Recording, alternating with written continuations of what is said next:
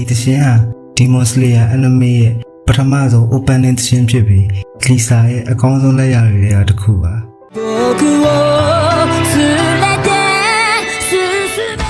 တကယ်တော့ဂူရန်ဂေးသရှင်ဟာနားထောင်ပြီးစိတ်သက်ခွန်အားတွေတက်ကြွလာတယ်ဆိုတာထက်လီဆာရဲ့တက်ဝင်လာပါတဲ့ဖြော်ပြမှုတွေနဲ့ပေါင်းစပ်လိုက်တဲ့အခါမှာတော့ဒါသရှင်တစ်ပုဒ်ထက်ပိုတဲ့အမှုပညာလက်ရာတစ်ခုဖြစ်သွားပါတယ်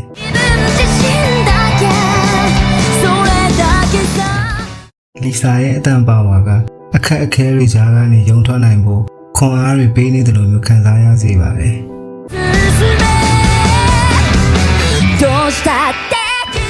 တချင်းအစပိုင်းမှာငိမ့်ငိမ့်လေးနဲ့စားဆိုနေပေမဲ့ chorus ရောက်တဲ့အခါမှာပေါက်ကွဲထွက်သွားတဲ့ high notes တွေကတကယ်ကိုအားရချင်တဲ့စရာကောင်းပါတယ်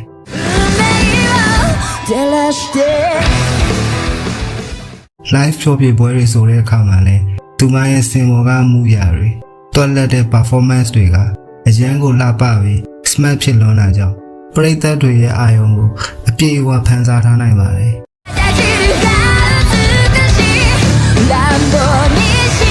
တရှင်ဆိုနေစဉ်မှာသူမရဲ့မျက်နှာအမူအရာတွေကတရှင်ရဲ့နာကျင်မှုနဲ့ခွန်အားကိုတပြိုင်နက်တည်းဖော်ပြနိုင်လောက်အောင် professional ကြလွန်ပါတယ်